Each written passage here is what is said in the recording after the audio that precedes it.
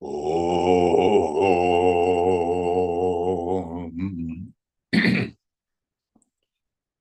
Om. Om.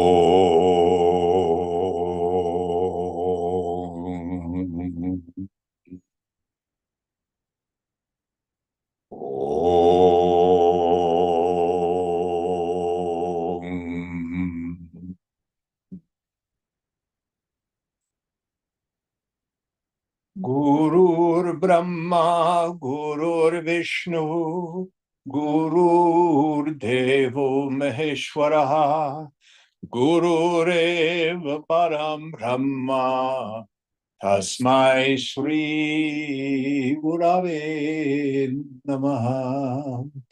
Chinmayam Vyapyat Sarvam Trilokyam Sacharacharam Tatpadam Darshitam Yena Tasmai Sri Gurave Namaha. Tvameva Mata Chapita Tvameva Tvameva Bandhuscha Sakha Tvameva Tvameva Vedya Dravinam Tvameva Tvameva Sarvam Mama Deva Deva Tvameva Sarvam Mama Deva Deva. Jai Guru. Om Sahana Vavatu Sahanau Bhunaktu Sahaviryam Karavavahai Tejasvinavadhitamastu ma vidvishavahai. Om Shanti, Shanti, Shanti. Did someone else come in? No, it's just the wind. So that's Joanna, isn't it? Shilpa. Shilpa. Okay, I can't see that far. Do you know Neil Mina? is here as well. Hi. Pardon me? And Neil is online as well. Okay. And Hugh. Okay. Hi. I'm going to switch to a floor chair. Okay. Help yourself. Oh, and Sheila dialed in too today. Yes, Hari Om Jin, Sheila here. Good to hear you. Can't see you. Thanks. Thanks. So, we started on instructions in meditation last week. So let's review the arc that Vyasa, our poet, is taking us on. In chapter 1, the yoga of Arjuna grief, we identified the problem. The problem is a disintegrated personality. I'm impelled by my prakriti, my nature, my vasanas, into behaviors. Then the mind comes in with judgments, fears, cravings, resentments, ambition, all personalized. It's all about me. It's all about me. And then the intellect comes in with doubt and confusion. And the end result is paralysis. I'm confused as to my duty. I don't know what to do. And then, just like so many of us, Arjuna says, I'm going to run away to the forest and meditate. Nothing wrong with meditation. God forbid. We encourage it for everybody. But it is not about escaping the world. And Krishna, as the universal guru, could see that Arjuna still had a heart filled with desire. He did not have chitta shuddhi, purity of mind. He had vulgar vasana, as Swamiji used to say. So then in chapter 2, Vyasa goes through all the main points that he's going to cover in the Gita. Very briefly. I call it the table of contents chapter. It's also an excellent chapter to read if, for example, you've had a family member die, because it reinforms us about what is death, who dies, what survives the body, and what's our essential nature. Then at the end of the second chapter, we get the Stita Pragya Purusha section, the verses on the marks of the person of steady wisdom. This is not for us to check out other people. This is for us to, as Hamlet says to his mother, assume a virtue if you have it not. We practice these qualities. Then Lord Krishna, knowing how vulgar and how impure Arjuna's mind is, he gives him the teaching on karma yoga, how to act in the world. He very clearly says every being is impelled into action helplessly by the force of prakriti, nature. What can restraint do? But how can we act according to our vasanas in a way that exhausts them and doesn't create new ones? And so in chapters 3, 4, and 5, up to this point, we've had the exhaustive teaching on karma yoga. I know I keep repeating it, but I keep repeating it because it's important. Act. You will not gain freedom by suppressing your desires. Act. How? According to your swadharma. Young people especially, I'll say, if you were independently wealthy, you had all the education, all the connections, and all the talent, what would you be doing with your life? Oh, I'd go on a cruise to Fiji. Well, that gets really boring. We're designed to work. What do you want to do? It's important to figure that out. Act according to your heart's deepest desires. Your swadharma. And it's not about getting. It's, oh, I want to be a millionaire by the time I'm 30. No, it's not that. Oh, I want to have a big house in San Francisco. No, it's not about getting. Oh, I want to have a partner and 2.3 children in a house with a picket fence. No. What do you want to do? Now, too frequently at this level, it's what am I going to get out of it? How big is my paycheck going to be? What am I going to get the corner office with a nameplate with my title on it?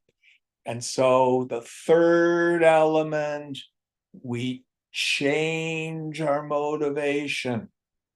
We have the yajna spirit. Everything is a sacrifice. Serve the society. You have a new employer. You don't work for Piagini, you work for God. You don't have these various investors as your clients. You have God as your clients. Whatever it is we're doing, we sanctify our work, serve the society. The yogi develops the habit of saying yes to life. How can I be of service? I think this is so marvelous. You know, people refer to Swamiji now around the Chinmaya mission as Puja Gurudev. We've got some people who've got some facility in Hindi and Sanskrit. What does Puja Gurudev mean? Worshipful godlike guru. He'd roll over in his grave with that. And he was asked, what's your title in the Chinmaya mission? Are you CEO? Are you president? Mukhya Sevak, head servant. Serve. In the end, it will make you happier.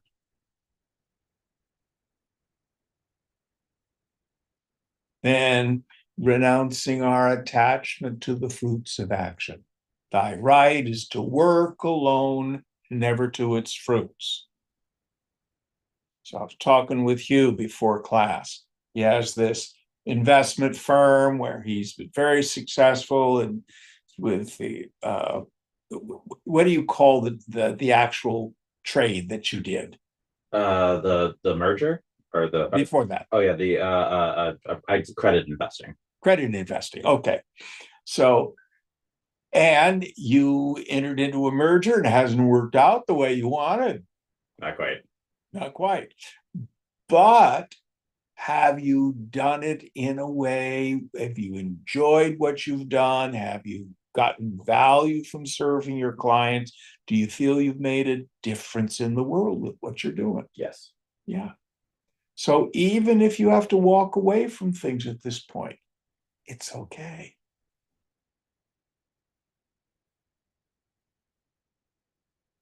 And the last one, the renunciation of our identification with the sense of agency.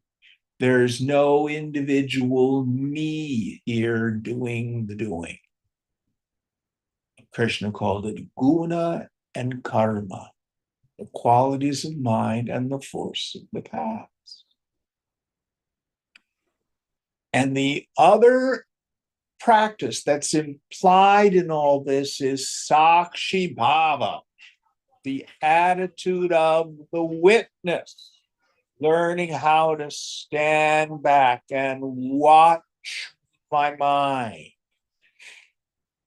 So Atik and I were chatting a little bit about this before class. Understand the relationship between my view of the world and my habituated thought life. The ignorant person thinks circumstances create my mind states. The yogi begins to see it's my mind states that create my view of the world. As Tejo Mayananda used to say, do you know how to get rid of your worries? Quit worrying. I think the world is worrisome, and that's why I worry.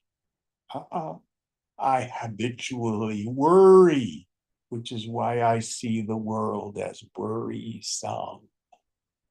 And there are all sorts of other corollaries to this.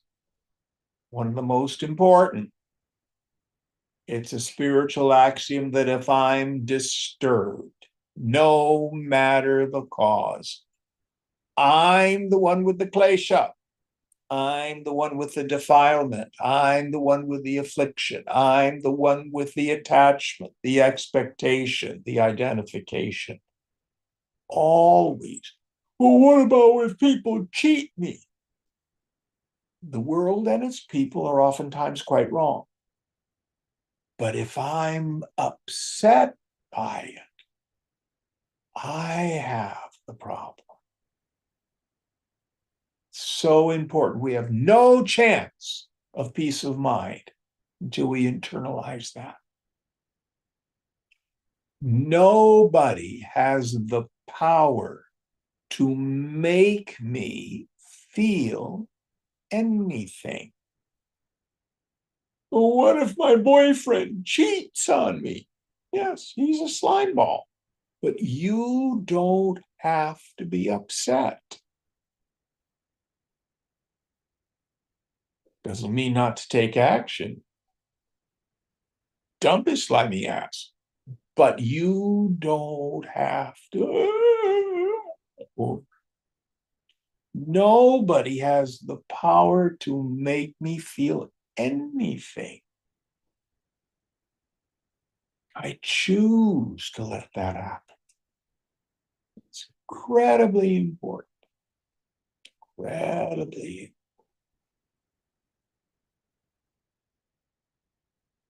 And the understanding of the law of sankalpa, wish, will, thought, intention, desire, it's almost an untranslatable word. It is the process whereby imagination turns out into our experience in the world. Whatever I look at, I'm going to think about. Whatever I pay attention to, I'm going to think about. What I look at repeatedly, I will think about repeatedly. Repeated thought becomes habituated thought. That's what we were talking about, Atik. Habituated thought sinks into the unconscious and becomes the law of my life. So the position of power. Look up. Keep the high watch. Behold the divinity ever beholding you. But if you look at the dust, dust you will become.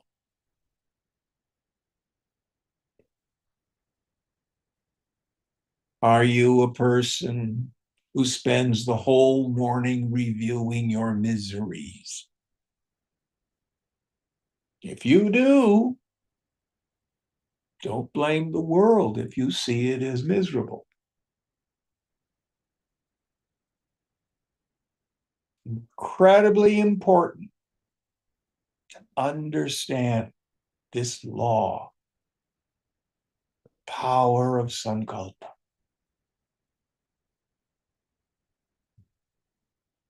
So, after some time doing karma yoga,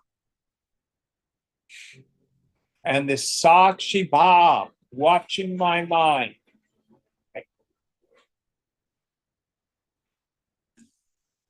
watching what does it feel like to want something I don't have?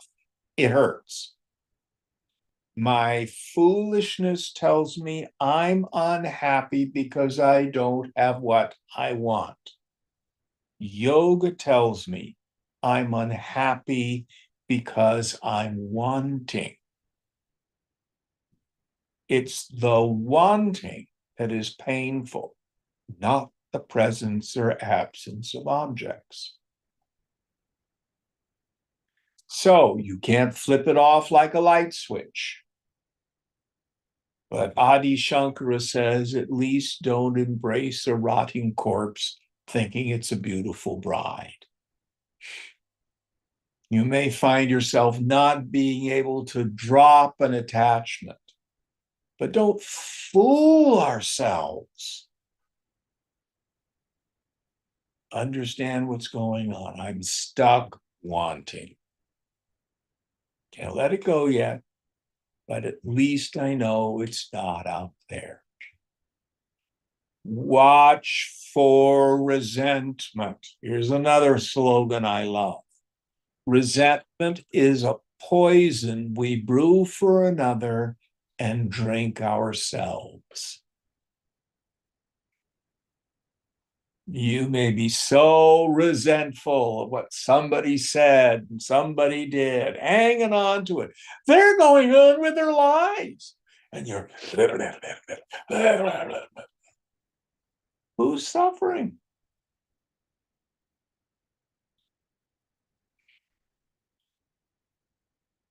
So after we've done these practices last week, finally we're getting enough subtlety of mind, purity of mind to begin to meditate fruitfully. Sitting in a solitary place,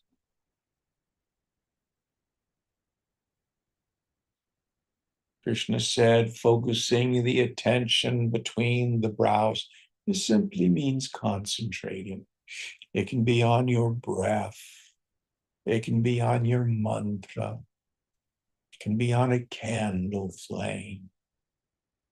It can be on the sensation of the air on your upper lip.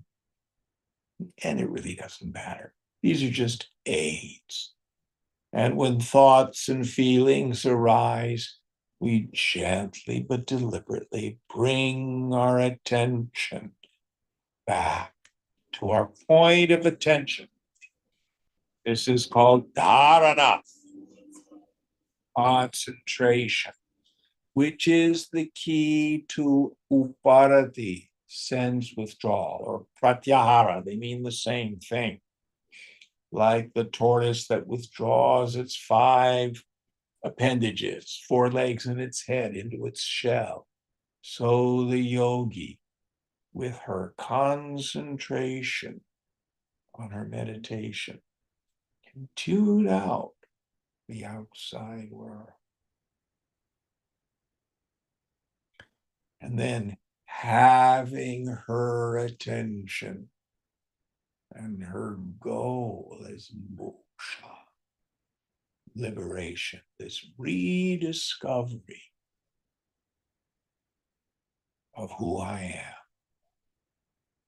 and to live identified with that. Okay, that kind of sums up where we're at. Any thoughts or questions about this? All right, what verse are we on, Mark? 29. I didn't hear you, a little louder. 29. Will you help us out, please, Deepa? Yeah.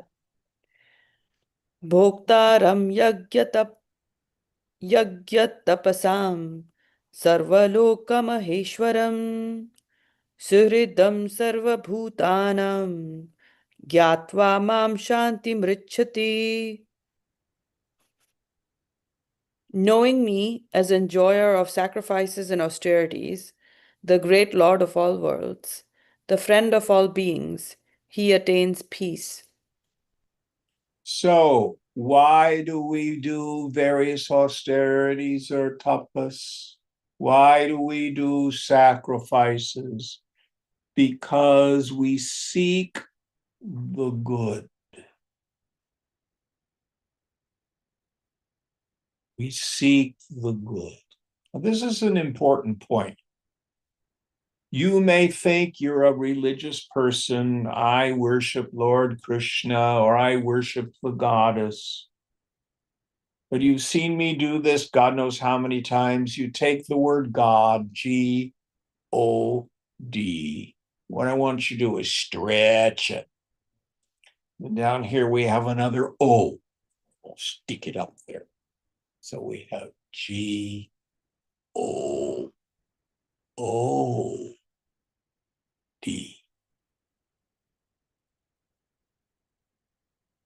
Whatever your opinions are, your good is your God.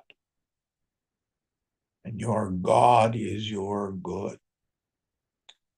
Meaning, if crystal meth and sex is what gives you the greatest euphoria, I don't care if you go to church on Sunday or do puja, that's your God. If the approval of others is what you hunger for and need, that's your God. If you're lonely, oh, I want a significant other. Oh, I want it. I want. If that's what you really want, that's your God. And it gets subtle. I just want everybody to behave the way I think they ought to. Anybody have that one going on? That's your God. And in the Hebrew scriptures, we have this thing called the 10 Commandments, and one of them is, thou shalt not have any other gods before me. Now, the exoteric meaning of that is, stop worshiping Baal or Marduk or anything like that. Worship Yahweh. But the deeper meaning is, do you have a false God? Meaning, I've invested my notion of good, of happiness, of fullness into something in the phenomenal world. It's not a sin in the sense like, God's going to punish you. It's just stupid. Why? Because your mind is fickle, and all the objects, emotions, and thoughts, all the people, places, things, and conditions are inherently finite and temporary. And even if you have something for a while, from the standpoint of our enjoyment, we get the law of diminishing return. What really got me excited 2-3 years ago doesn't do it anymore.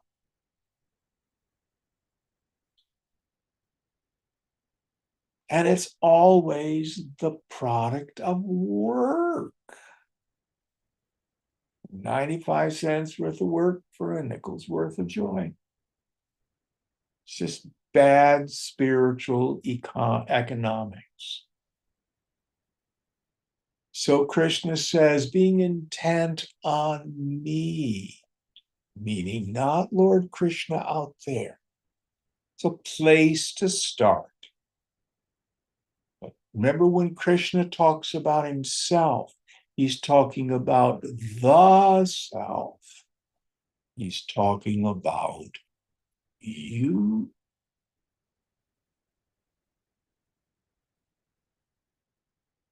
So right now, my problem is the habituated extroversion of my mind. Can't help it. It keeps going into the objects, going into situations, going into people. I desire that.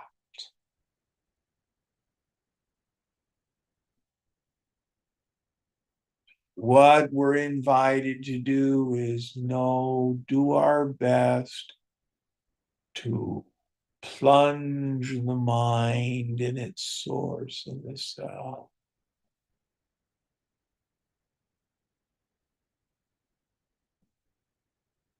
This Atmaramana.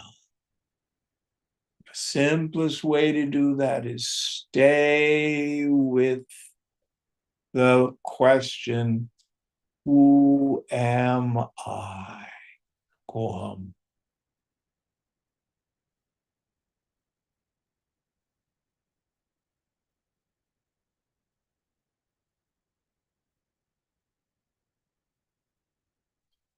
This is the deepest meaning of when Krishna says, with your attention, your mind intent on me.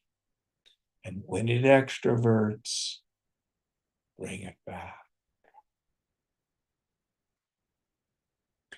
Now, we practice this in our meditation seats, a little easier there. But then we have to carry the practice into the world. And we've talked about the qualifications of a fit student. Viveka, Vairagya, Shamati Guna, qualities of Shama, etc. That's the third one. Shama, that peaceful state of mind when it rests in steady contemplation of the goal, Krishna, myself.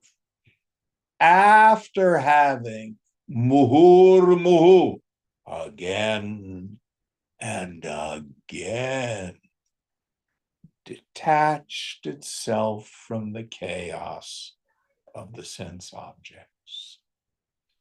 How? Through steady contemplation of their defects. In AA, we have a slogan, think the drink through. Oh, Tettinger champagne at this party. That's good stuff. Oh, one glass of champagne won't hurt, and it's such good stuff. Well, think it through. When did you ever have just one glass of champagne? No. Once I have a glass of champagne, it sets up the phenomenon of craving. I want to go through the whole damn bottle. And if that bottle isn't available, we'll settle for a box wine.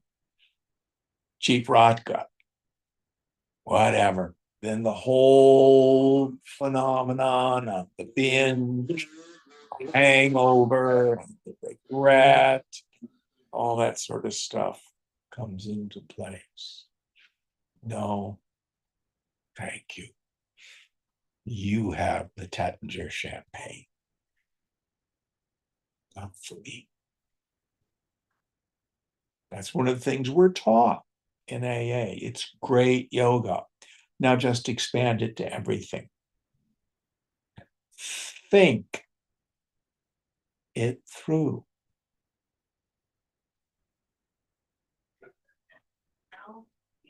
That peaceful state of mind when it rests in steady contemplation of the goal after having again and again detached itself from the chaos of the sense objects through steady observation of the defects.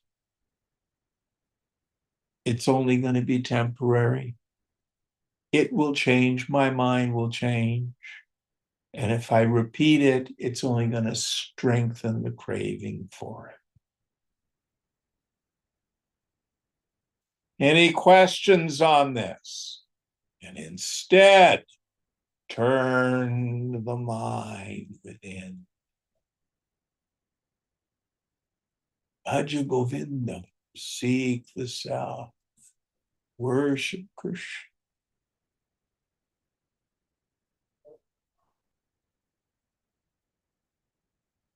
Next verse.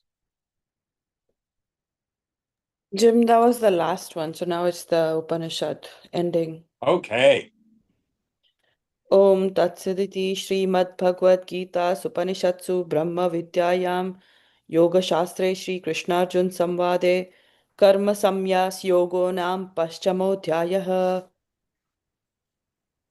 Thus, in the Upanishad of the glorious Bhagavad Gita, in the science of the eternal, in the scripture of yoga, in the dialogue between Sri Krishna and Arjuna, the fifth discourse ends entitled The Yoga of True Renunciation.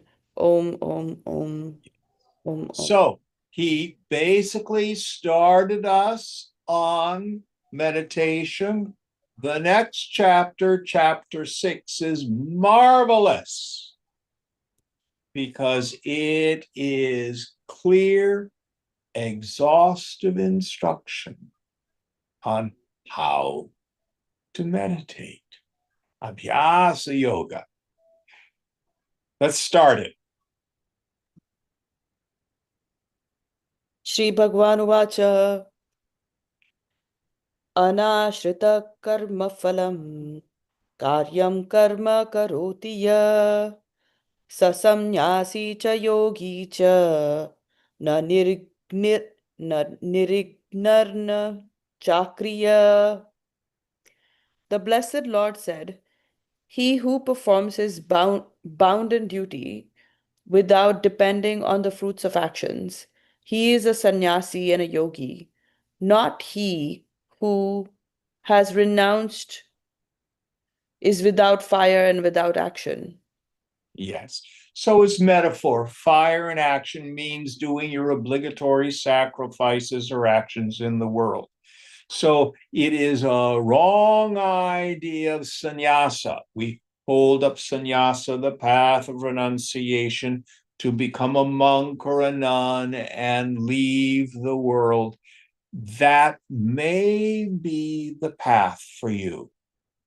My suspicion is nobody who's in class this evening that that's your way. So the real renunciate is the one who's renounced their attachment to the fruits of action. At the subtlest level, renounced the mind itself. What does that mean? How do you renounce the mind? Does that mean I no longer have thoughts? No.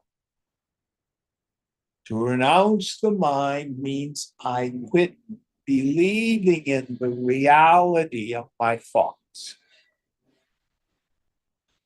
So the cycles go on.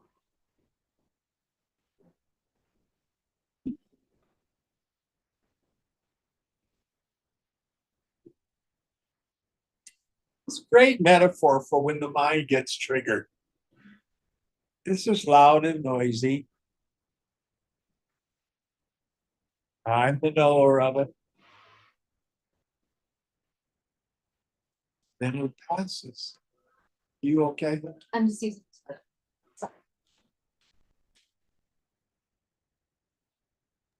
Jim, this is Sheila. I have a question. Yes, ma'am. Well, if, why do we even have thoughts if, the idea is to renounce thoughts? It's a really basic question. The way to renounce thoughts is one, to give up believing in them. The mind is a beautiful thing. Later on, Krishna is going to say the mind is the enemy of the foolish person. Because I get all these horrible thoughts, but the mind is the friend of the yogi. The mind is the instrument for your creativity, for your expression, for your capacity to do work and service in the world. The mind isn't evil. I just have been using my mind incorrectly. Did that make sense? Yeah, thank you. And the three thoughts that get me into trouble. I think I'm a person. Mainly, I think I'm my body.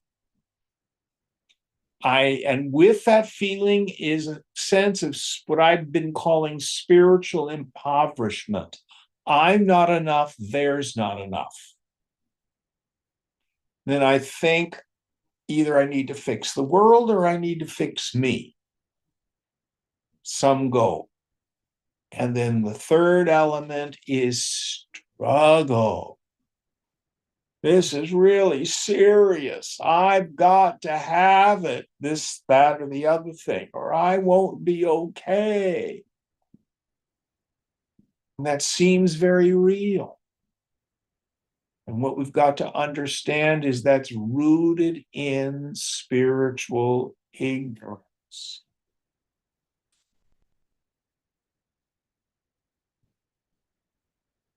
Is that useful? Yes, it is. Thanks. All right. Next verse. Yasam Yam samyasamiti prahur yogam tam vidhi pandava na yasamyastasam kalpo yogi bhavati kaschana. O Pandava, please know yoga to be that which they call renunciation.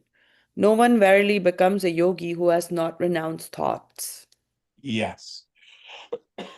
So let me give you a clearer example of what Krishna is getting at. Who here has done a meditation retreat of several days, maybe 10 days, maybe 30 days? Who's done that? Hugh. Yeah. So, what do you do with the thoughts, desires, aversions that arise? Let go of them if they're kind of grasping on them and just let them go by. And what happens? They keep coming. And then what do you do? Try to let them go by. But in the end, do they shift? Do you start obsessing about other stuff? Oh yeah, they change. Yeah. Yeah. Priya, how about you? Yeah, same thing. Same thing. So what you learn in a meditation retreat is the fundamental unreality. They're just thoughts going by. You know, they may be troublesome or irksome or bothersome. I'll tell you what my experience is. Boring. And so repetitive. Anybody ever had that experience on a meditation retreat? Aren't you tired of it? But what you learn if you just sit, as I like to say, just don't do something, sit there. You begin to see that it's just the mind, and the thoughts themselves have no fundamental reality. Now, all sorts of weird things can happen on a meditation retreat. I remember a friend who all of a sudden was just convinced that another person on the retreat hated them. They just obsessed about that. They never met them. They never spoke with them, but they were convinced that person hated them. Where did that come from? Just stuff coming up out of the unconscious. Another person was telling me about a retreat they went on where they just obsessed about how attractive another person was.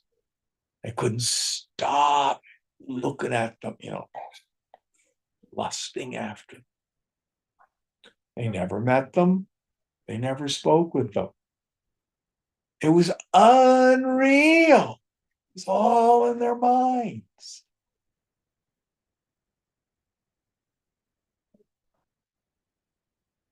So this is what a meditation retreat begins to teach us. This is what meditation in general teaches us. To not put a lot of weight in our thinking, not to take ourselves so damn seriously. I was at a meeting last week. There was this lovely woman, bless her heart, older, she was probably in her 70s, and a psychotherapist, no, social worker. She was a social worker, but militant feminist, and had really, really identified and attached to her identity as an abused victim, sexual abuse and all sorts of things. This is all very real for her. But she was sharing at this meeting and the timer went off and she didn't hear it. She's hard of hearing. So the secretary of the meeting says, we need to stop. Call on someone else.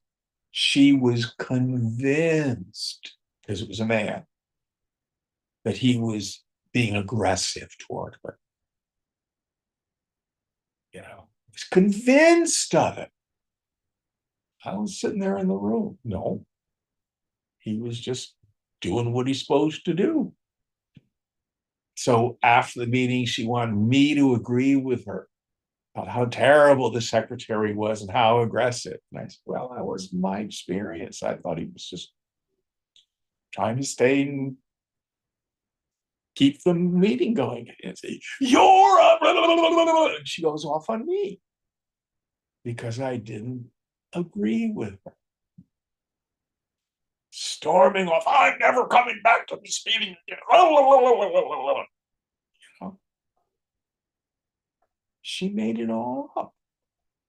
I'm not saying that she didn't have a lot of suffering. For her, that was very real.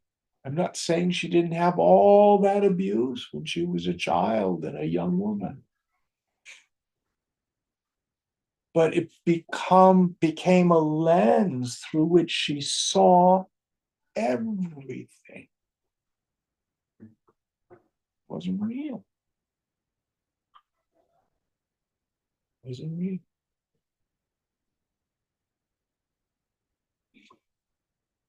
So we have to quit believing our mind. It's not about the cessation of thought. The flow of thoughts is not problematic in the end. In the deeper levels of meditation, we need to be able to get some space. But what holds the mind in place is attachment and identification. Those are the things we have to drop. Now, it's easier to start that practice in our meditation seat, but then we need to carry that practice in our daily life. Reviewing things I said earlier, nobody has the power to make me feel anything. If I'm disturbed, no matter the cause, I'm the one with the klesha. If I'm suffering because I don't have what I want, it's not because I don't have the object, person, place, thing, or condition. It's because I'm wanting.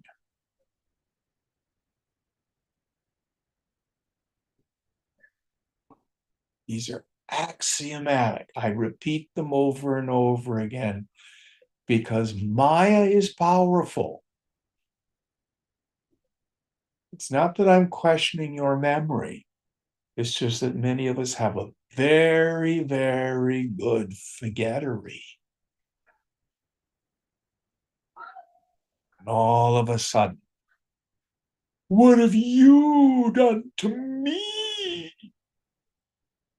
I'm upset because what you did, what you said, they're a bunch of jerks. That seems so real.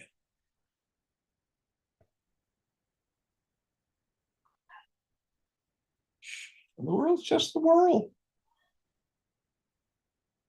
In terms of people, most of them are under the throes of spiritual ignorance, will do and say things that are harmful and hurtful. But that doesn't mean you and I need to take it inside. Incredibly important.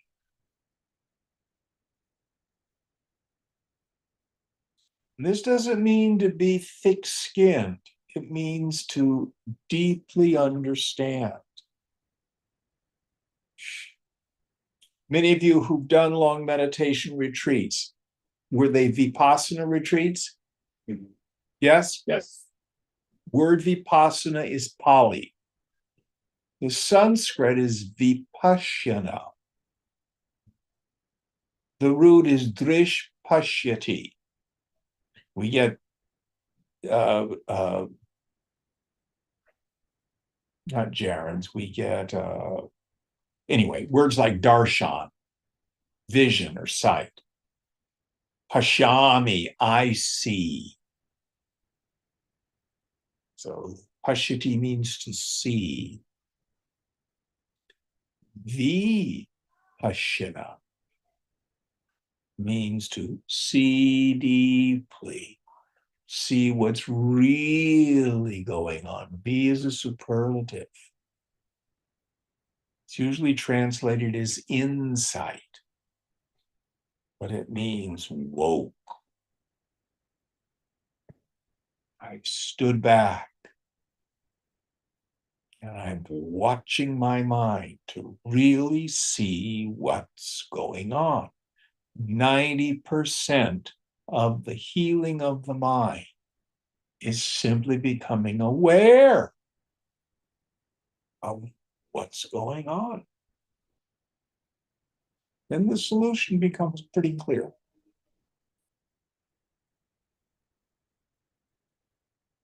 Sakshi Bhav, the attitude of the witness, always stepping back, seeing my mental process ever in front of me. Now, Atik was sharing earlier that he was doing some journaling. It is a very effective tool to get stuff from between your ears onto a piece of paper. You look at it and you go, well, that's nuts. You can see what it is. This can be the value of psychotherapy. It's kind of like paying a lot of money to meditate out loud. But if you're subtle, sit, watch your mind. Don't believe your mind. See its fundamental impermanence. See its repetitive nature. Don't take it too serious. All right, next verse.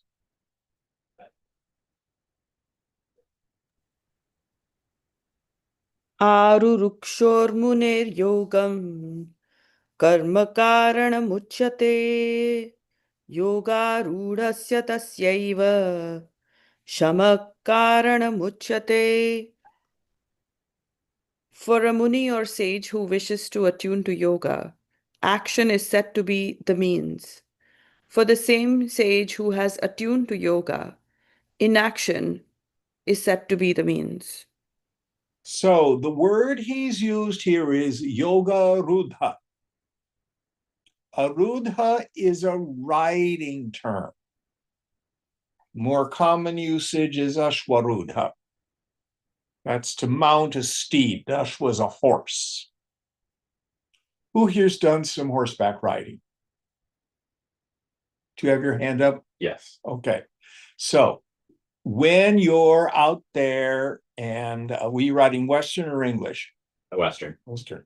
Okay. And if you had a horse that was kind of frisky and you're getting ready to mount the horse and you've got your left hand on the pommel of the saddle and you put your left foot in the stirrup and then the horse starts to move. Have you ever had that happen? I've seen it. Yeah, it has my sister and I was watching. Yeah. And so you're hopping on one foot. You haven't mounted the steed. Guess who's in control? The horse. But once you get your other right leg over the horse and you collect the reins, you have mounted the steed. You're in charge. This is even more challenging if it's a stallion. You know, it's really spirited. Especially if he's not that well trained. So you need to be a skilled rider.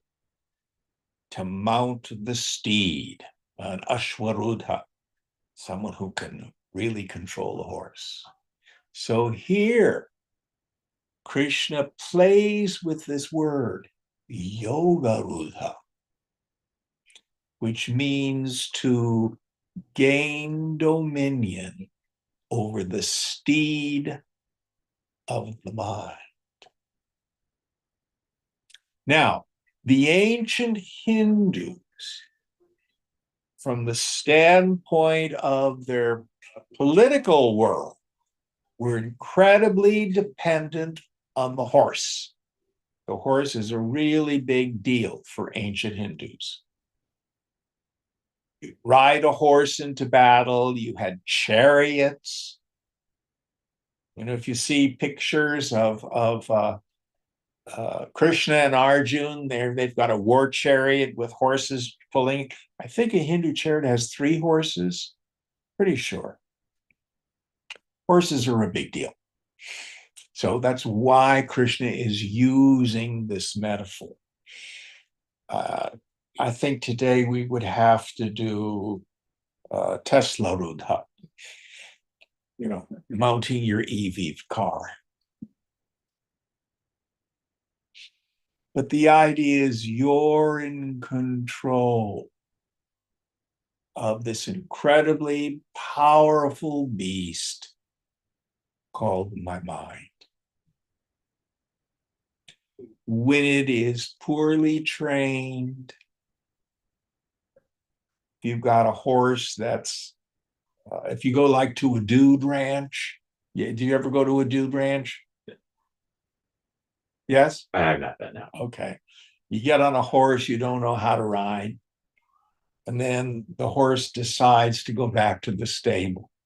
Wait a minute. And the horse just takes its head and it goes back to the stable. So it's going to have dinner, you know. Happens all the time with inexperienced riders. The horse is controlling them. They're not controlling the horse. So this is how you and I are about our minds. So most of us, if I have a desire, I cannot see the difference between a desire and a compulsion. If I feel something, it means I have to act. Or even more problematic, I think something, it means I have to say it. Who here has never gotten upset and said something they've regretted? Lack control of tongue, pen, and send button. Gets us in a lot of trouble. And speech is just simply an extension of the mind.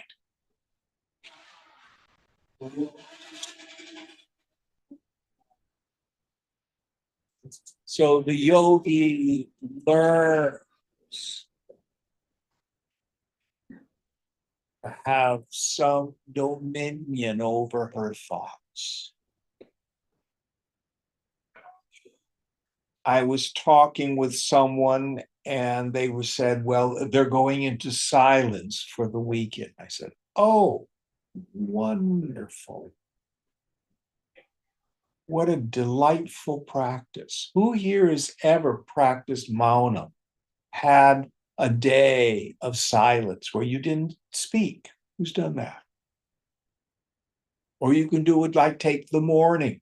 When we had our meditation retreat way back in the Jurassic period, one of the things I recommended people do from the time they get up until lunch, silence. It helps to quieten the mind, helps us begin to watch.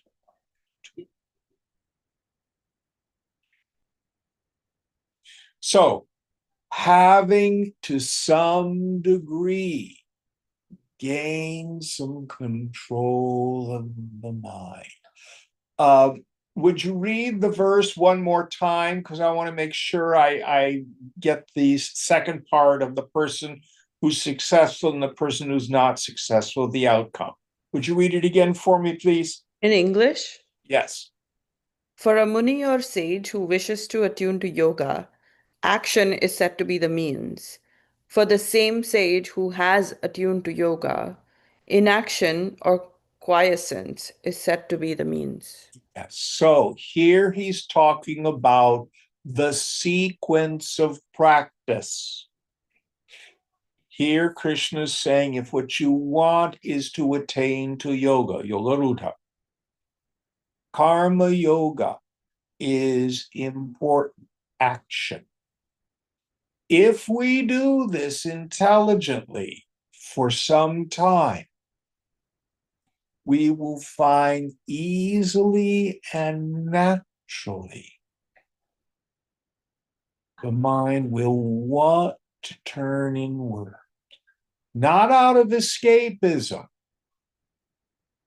but I begin to crave the silence. I have subhaj, auspicious desire.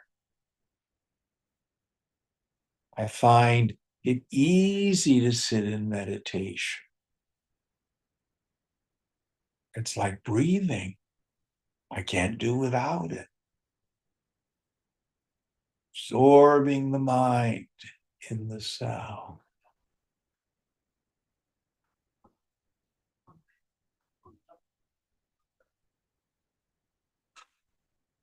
So it's first, then, not either or. That's the thing to understand. And how do I know if it's time for me to start giving up things in the world and go within? Your karma will prove it. Things will work out. So, like, I may use Hugh again. Going back a year or so ago, your intent was sell your business so you could totally devote yourself to sadhana. Isn't that right? That's right. Guess what happened? Something else. Yeah, your karma. Yeah. Yeah, you still have work in the world to do.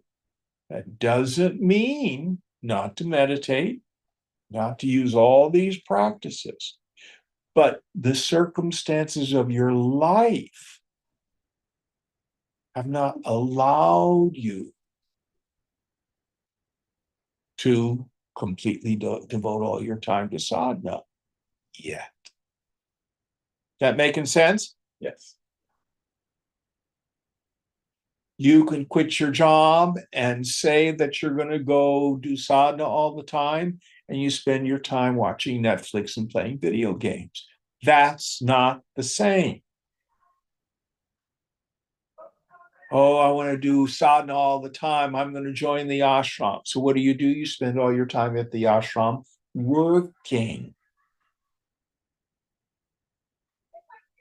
No blame, but that doesn't necessarily mean it's time for you to turn within. When it's time, the decks will clear.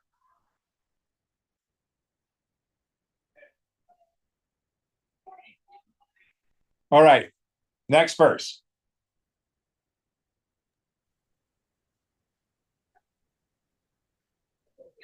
Yada hi nendriyartheshu karmasvanushajjate sarva samkalpa samnyasi yoga rudhastadochyate.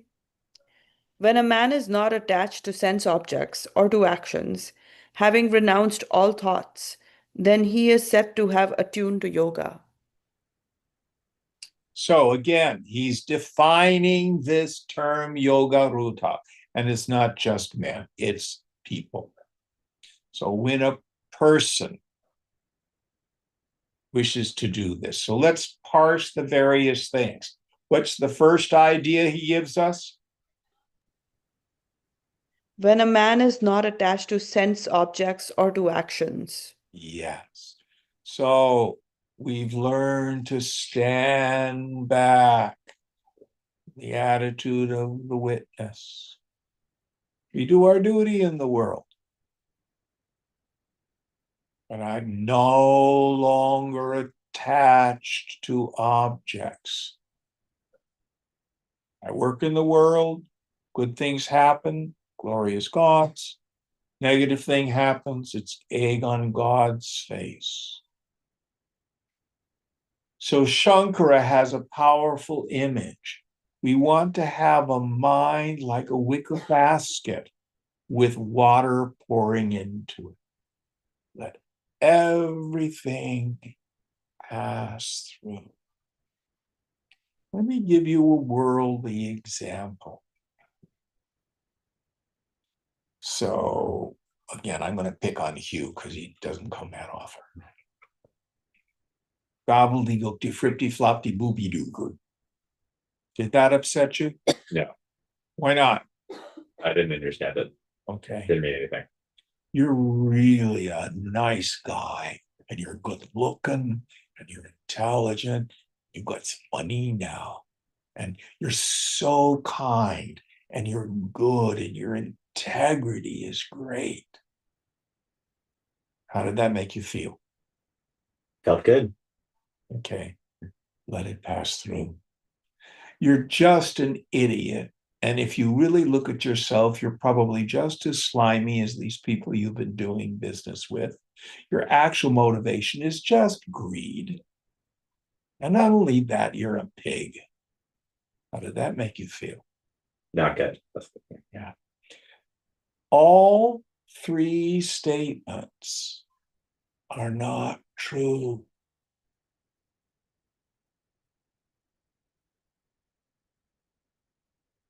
Nonsense, positive, negative.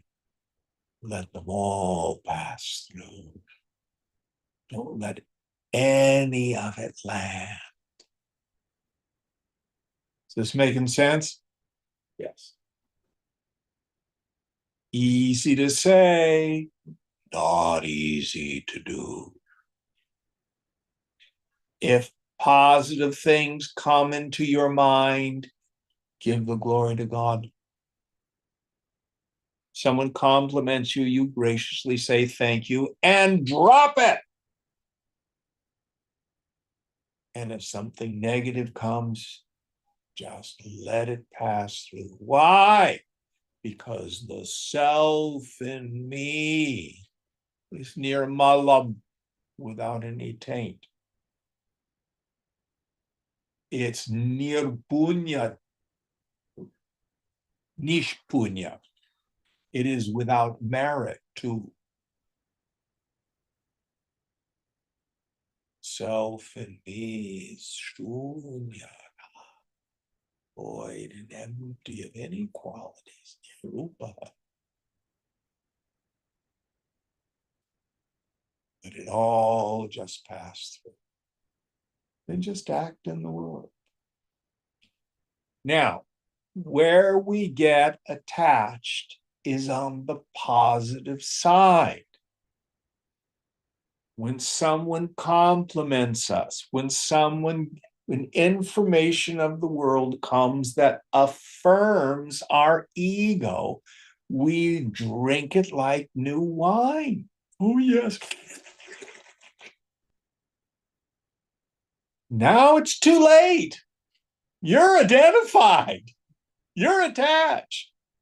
And when the opposite comes, notice I did not say if. I said when. It's an inevitability. If the opposite idea comes, you're so mean to me.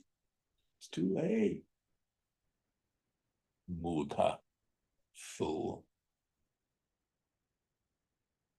So we practice being empty, letting things pass through. Now, when we were around Swamiji, he would poke. If you were identified with something, he'd poke at it. till you let it go. So we learned very early on, just tune up the mind and be empty. Now life is the greatest of all gurus. You don't need to be around a Mahatma to be poked.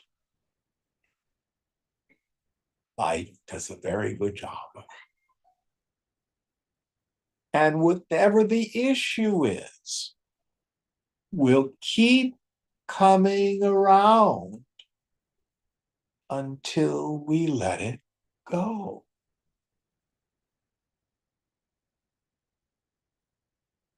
Because it's my karma that's drawing it.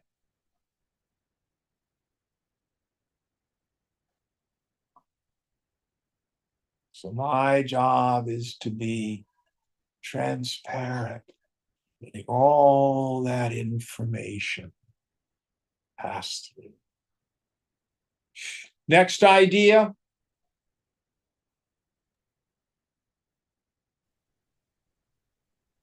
Having renounced all thoughts. And again, this doesn't mean not having thoughts. That's impossible. It means renouncing my belief in the mind, most especially ego thoughts, jiva bhavana. How am I doing? Am I okay? What do they think of me? Giving up efforts to secure, solidify self, protect, defend, rationalize, explain, justify. Drop it.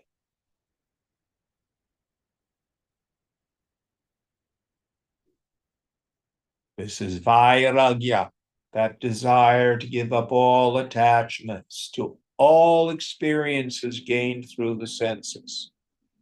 Doesn't mean we run away from sensory experience. You can't. It's the attachment. And that desire to give up all attachment to any form of self, starting with the body up to thinking that I'm some important person. Or a bad person. Some of us are attached to our misery. I'm the most terrible person in the world. I'm really effed up. I'm so sick. It's just more ego.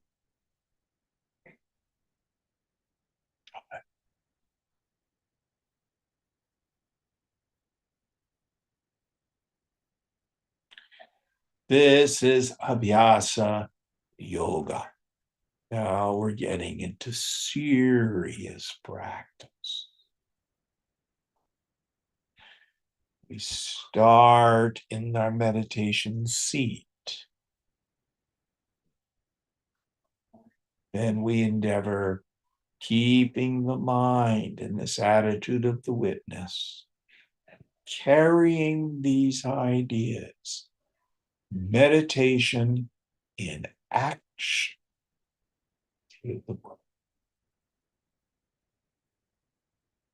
Okay, we'll end here tonight. Om Purnamada Purnamidam Purnat Purnamudachyate Purnasya Purnamadaya Purnameva Vashishyate. Om Shanti Shanti Shanti. Hari Om Sri Guru Bhyo Namaha. Hari Om.